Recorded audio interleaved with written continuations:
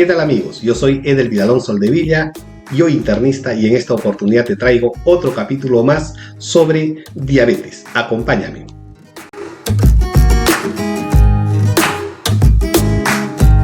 Les traigo de la revista de la Asociación Latinoamericana de Diabetes un capítulo más sobre la guía ALAD sobre el diagnóstico, control y tratamiento de la diabetes mellitus tipo 2 basada en la evidencia del 2019.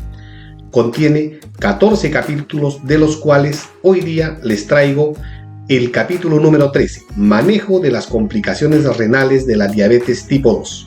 Empezamos con este capítulo. ¿Qué contiene este capítulo? Este capítulo contiene, por ejemplo, preguntas relacionadas a realizar la valoración de la función renal en una persona con diabetes. ¿Cuándo iniciar tratamiento con medicamentos que previenen o retardan la progresión de la nefropatía diabética? ¿Cómo se debe establecer el manejo del daño renal en un paciente con diabetes? Y, a la vez, ¿cuándo iniciar un manejo conjunto de la nefropatía diabética con el especialista? Estos son los puntos que vamos a tratar. Y la primera pregunta está relacionada a esta: ¿cuándo y cómo se debe realizar la valoración de la función renal en una persona con diabetes tipo 2? Siempre se tiene que hacer una valoración y una evaluación de la función renal en el paciente diabético en forma anual. Vale decir, anualmente se tiene que hacer esta valoración. ¿Desde cuándo? Desde cuando el paciente tiene el diagnóstico de diabetes tipo 2. ¿Qué se debe de medir? La medición de la creatinina sérica es fundamental, pero a la vez, a través de ella, hacer un cálculo de la tasa de filtración glomerular, ¿ya? Y este cálculo se debe de realizar a través de la fórmula MDRD, independientemente de la presencia o no de microalbuminuria. O sea, es fundamental asociar la valoración de la función renal en todo paciente diabético. Esta es una recomendación B. Acá les traigo dos fórmulas. La última, o la de abajo, la MDRD, es la que es mucho más precisa para hacer una valoración y una estratificación correcta del paciente diabético y su función renal, cuando la tasa de filtrado glomerular está por debajo de 60 mililitros por minuto. En el paciente con diabetes tipo 2 y una tasa de filtrado glomerular superior a 60 mililitros por minuto, ¿qué es lo que se tiene que tener en cuenta? Que existe un riesgo de desarrollar nefropatía diabética. Puede tenerla además si presenta albuminuria, y por lo tanto se debe evaluar ambos parámetros. O sea, si yo tengo un paciente diabético con una tasa de filtrado glomerular superior a 60 mililitros, existe el riesgo de que pueda padecer una nefropatía diabética. Puede tenerla si adicionalmente presenta albuminuria. Esto es fundamental. Por lo tanto, se deben evaluar siempre estos dos parámetros. Esta es una recomendación B. Cuando existe ya daño renal, estas las debemos de clasificar por etapas, desde la etapa 1 a la etapa 5, en base a la tasa de filtrado glomerular. Pero adicionalmente se tiene que hacer una valoración de la presencia de albúmina en orina. O sea, la albuminuria es un parámetro para establecer daño renal. Permite efectivamente establecer la posibilidad o la certeza incluso de que tenga una nefropatía diabética. Esta es una recomendación de consenso.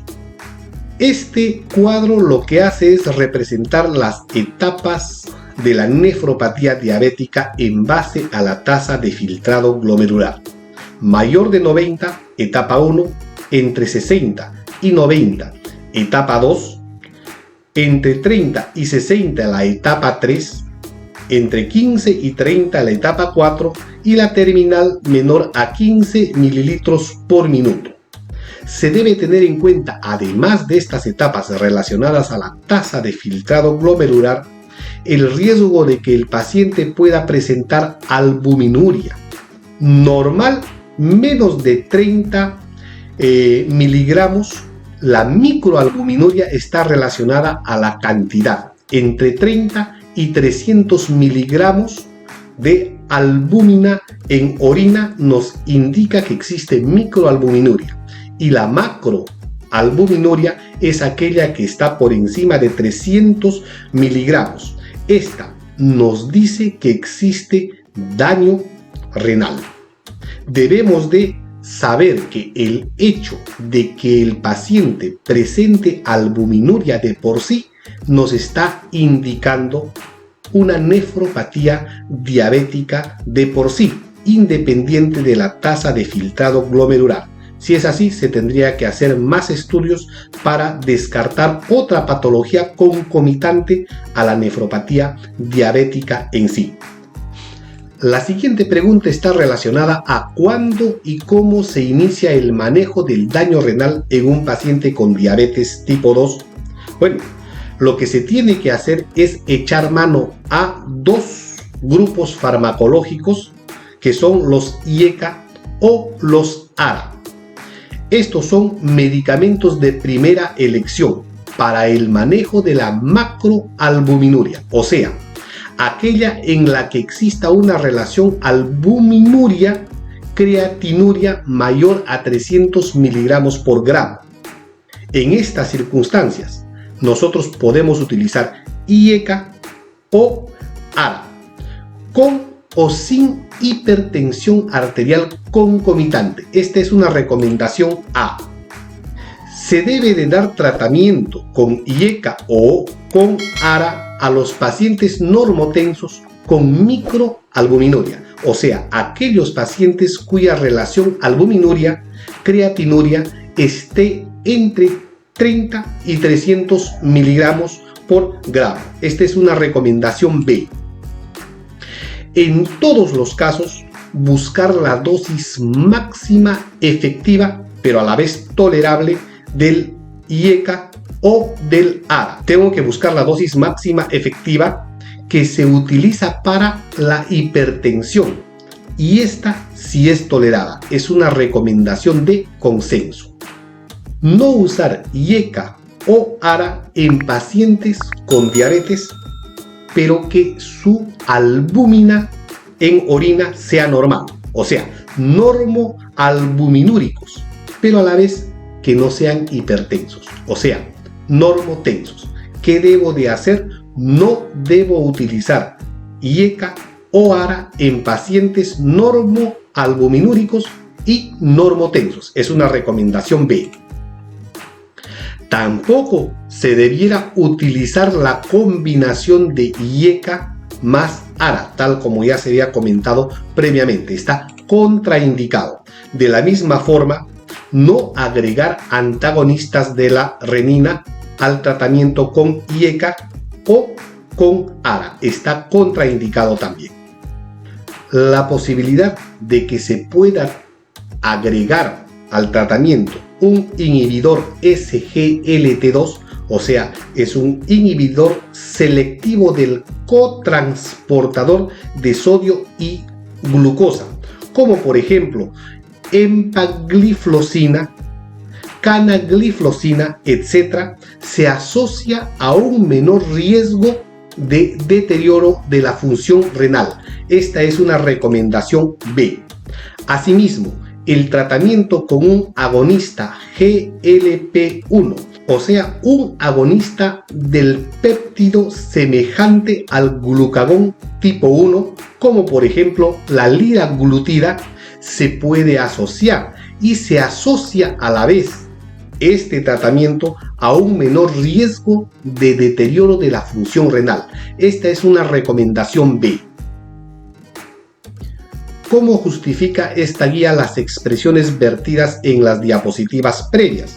Muchos estudios han demostrado que el tratamiento con IECA o con ARA reduce la progresión a insuficiencia renal terminal. también reduce la duplicación de la creatinina y reduce el desarrollo de macroalbuminuria. Favorece asimismo la regresión de la microalbuminuria, o sea, aquellos pacientes que están con microalbuminuria y se les brinda IECA o ARA, esto suele generar regresión de la enfermedad. Todas estas comparadas con placebo. También se ha hecho una comparación con otros antihipertensivos y el estudio relacionado está al hecho del efecto sobre la duplicación de la creatinina en el tiempo y la macroalbuminuria en el tiempo también entre los otros antihipertensivos y los IECA o ARA. Esto, desde el punto de vista comparativo, es significativo en favor a IECA o ARA. Sin embargo, no se ha podido demostrar el por qué. O sea, no se explica por diferencias en el control de la presión arterial. O sea, sí se ha llegado a establecer normotensión con los otros antihipertensivos también. No se sabe el por qué los IECA o ARA lo que hacen es disminuir esta progresión de la duplicación de creatinina y microalbuminuria. El efecto sobre la microalbuminuria no fue consistente, aunque sí beneficioso sobre diuréticos o bloqueadores de los canales de calcio dihidropiridínicos. Los ARA podrían tener un efecto protector además sobre el desarrollo de microalbuminuria. Uno de los fármacos que han estudiado es el olmesartán.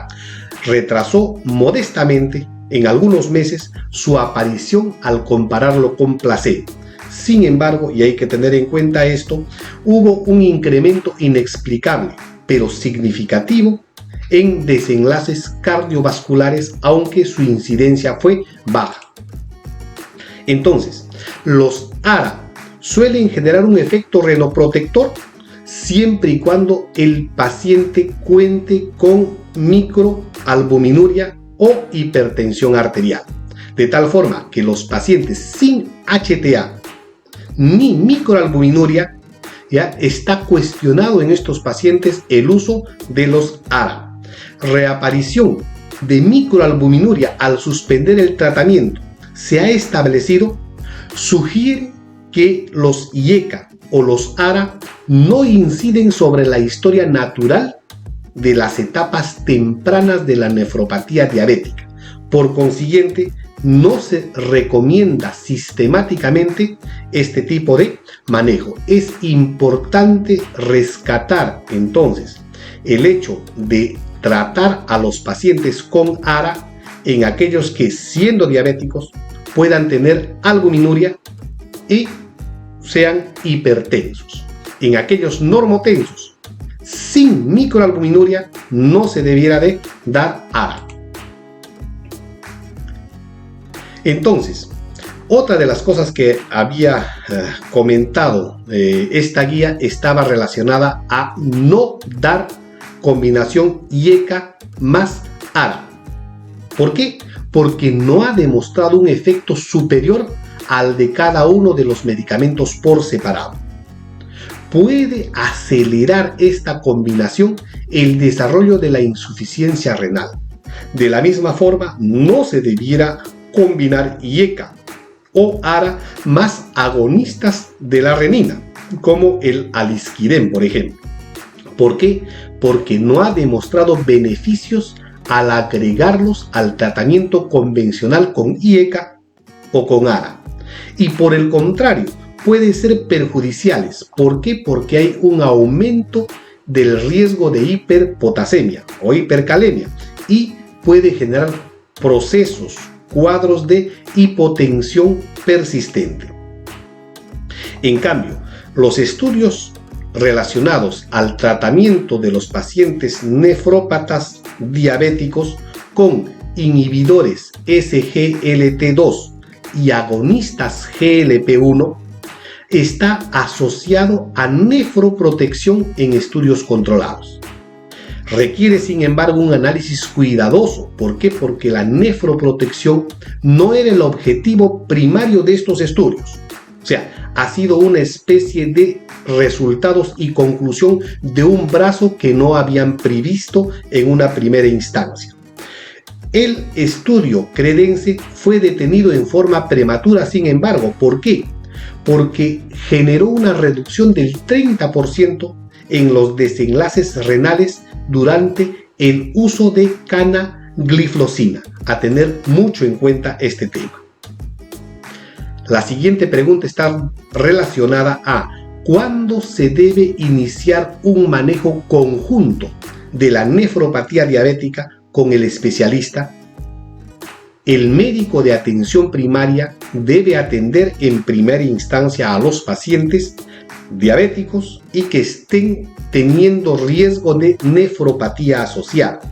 Sin embargo, debiera de referir al especialista, al internista, al endocrinólogo, al diabetólogo, al nefrólogo, cuando tenga el paciente una tasa de filtrado glomerular estimada menor a 60 mililitros por minuto. Esta es una recomendación de consenso. ¿Y cuándo remitir al nefrólogo? Cuando tengamos un paciente con una tasa de filtrado glomerular estimada y esta que esté en menos de 30 mililitros por minuto y o cuando la velocidad de la reducción es mayor a 6 mililitros por minuto por año. Esta es una recomendación de consenso. ¿Cómo justifica estas propuestas de la guía? Saber básicamente que existe un deterioro de la función renal a estadio 3 cuando la tasa de filtrado glomerular está en menos de 60 mililitros por minuto por mal control de los factores de riesgo como por ejemplo la glucosa o la hipertensión arterial, o indicar la presencia de una nefropatía no diabética. ¿Qué quiere decir esto?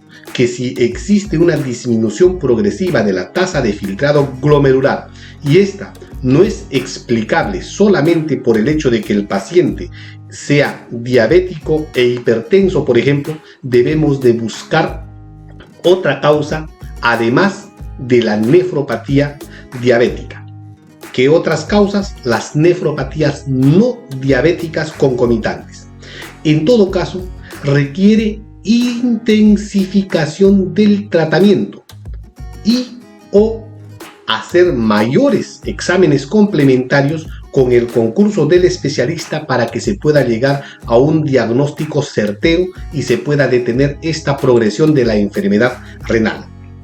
Cuando tengamos un paciente en estadio 4, vale decir con una tasa de función glomerular de menos de 30, esto necesita ajustes y o la combinación en el tratamiento que viene recibiendo, además del seguimiento de otros parámetros, como por ejemplo los relacionados con la hematopoiesis. Sabemos que un paciente renal de grado 4 probablemente va a tener problemas de anemia relacionado a la poca producción de eritropoyetina.